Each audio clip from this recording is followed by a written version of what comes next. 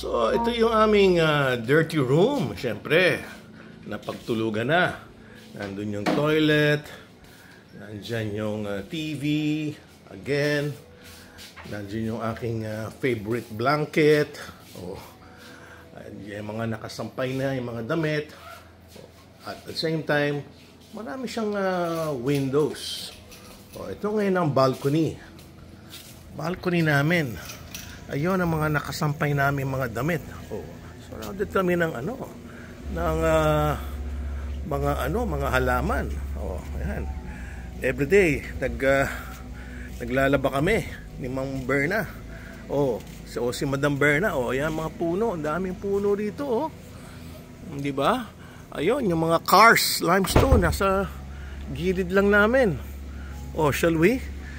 Dito masarap mag-coffee every morning. Oh, there are 2 chairs para sa amin dalawa.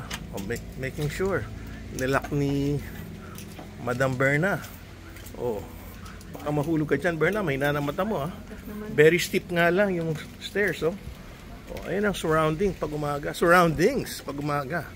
With the beach right in front of our nose. So, early morning walk. Tayo going to the breakfast. Again, ayan ang mga neighbors namin. Para-parehong klase ng units. Diferensya lang kung nasa beachfront ka tulad namin. Ayan, no? Kribe, nandiyan kami. Nag-muni-muni. At nakikinig ng music while listening to the waves. Ayan pa.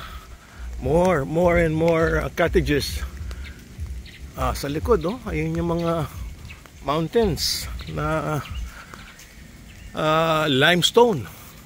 Ito na, papasok na kami sa breakfast at malalaman namin kung masarap. I'm sure masarap naman. Siyempre. Oh, good morning. Okay, maghahabol kami ng breakfast. Okay, dito sa Pawikan Restaurant. Okay, ito Pawikan, di ba? Opo, sir. Okay. Ganda ng mga staff dito, ah. Oo. Ayun, yung patungo sa swimming pool. O yan, wala na masyadong tao. Kasi nga, late kami dumating. O, ayan, pinaiikot ko na yung camera. O, check muna natin. O. Saan ba yung kainan? O, a la carte? Yes po, a la carte. Ah, good. Good. Oh, mas gusto ko yung a la carte para hindi ako masyadong nabubusog. Pero itong mga breads, pwede na.